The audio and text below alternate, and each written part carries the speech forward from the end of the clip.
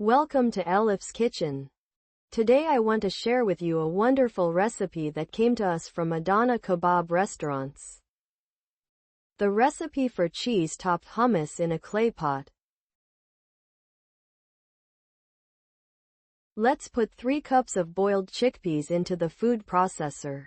The chickpeas should be boiled well enough to fall apart. Let's add 1 cup of tahini. I didn't film this step, but I added 1 cup of the chickpea boiling water. I added about 1 teaspoon of cumin and 1 teaspoon of salt. Let's blend until it becomes completely smooth. And I'll add water as needed. After blending for a while, let's add the water little by little. Let's continue blending again. I added half a cup of water. I had already added 1 cup of boiling water earlier, so in total I added 1.5 cups of water. You can use all boiling water or regular water if you prefer. We're preparing it just like regular hummus, but it needs to be slightly more fluid in consistency compared to regular hummus. Since it will go in the oven, it shouldn't be too thick, as you can see. It should have a flowing consistency. Let's grease our clay pot with about 1 teaspoon of butter. You can also use a pyrex dish if you prefer. Let's pour our prepared hummus into it.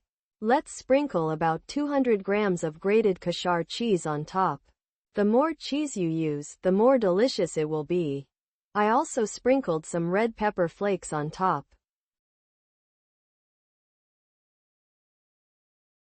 Let's cut about 1 tablespoon of butter into small cubes and add it on top. In a preheated oven at 225 degrees Celsius, 437 degrees Fahrenheit, until the cheese melts and gets slightly browned. Let it bake for about 10 minutes. Let's take our hummus with melted cheese out of the oven and serve it hot. As someone who loves hummus, I adored this recipe. Everyone who tasted it really liked it too.